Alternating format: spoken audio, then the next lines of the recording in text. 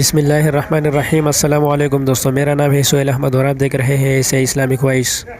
دوستو اس ویڈیو میں آپ کے ساتھ حضرت عمر فاروق رضی اللہ تعالیٰ عنہ کا ایک واقعہ شیئر کرنے جا رہا ہوں، جس کے بعد آپ کو پتہ لگ جائے گا کہ کیا کرونا وائرس میں ہمیں احتیاط کرنی چاہیے یا نہیں۔ تو چلیے شروع کرتے ہیں۔ حضرت عبداللہ بن عباس رضی اللہ تعالیٰ عنہ فرماتے کہ حضرت عمر رضی اللہ تعالیٰ عنہ شام تشریف لے گئے۔ جب آپ مقام شرف پر پہنچے تو سپہ سالار حضرت ابو عبیدہ ابن جراح رضی اللہ تعالیٰ عنہ اور ان کے کچھ اور حضرات آپ سے ملاقات کے لیے تشریف لائے اور آپ کو بتایا کہ شام میں طاعون کی وبا پھیل گئی ہے۔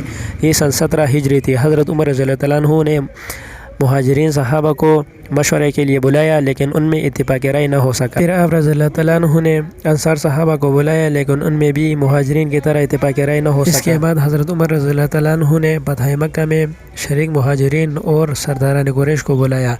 انہوں نے متفقہ یہ مشورہ دیا کہ حضرت عمر رضی اللہ تعالیٰ عنہ واپس تشریف لے جانا چاہیے۔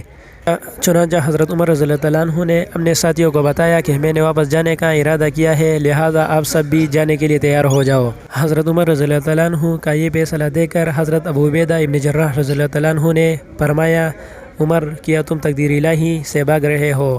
حضرت عمر رضی اللہ تعالیٰ عنہ نے فرمایا، ابو عبیدہ کاش یہ جملہ تمہارے علاوہ کوئی اور کہتا تو مجھے افسوس نہ ہوتا۔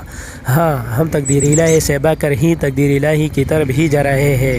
پھر آپ رضی اللہ تعالیٰ عنہ نے فرمایا، یہ بتاؤ کہ اگر تم اپنی بکریاں لے کر کسی وادی کی طرف جاؤ اور اس کا ایک کنارہ خشک جبکہ دوسرا سرسبز ہو تو تم اپنے جانور کو کس طرف چرانا پسند کرو گے؟ اگر تم خشک طرف چراؤ گے تو تب بھی تقدیر الہی تو وہی ہوگی، مگر تقدیر الہی وہ ہونے کے باوجود تمہاری خواہش اور کوشش یہ ہوگی کہ اپنے جانور کو سرسبز علاقے میں چراؤ۔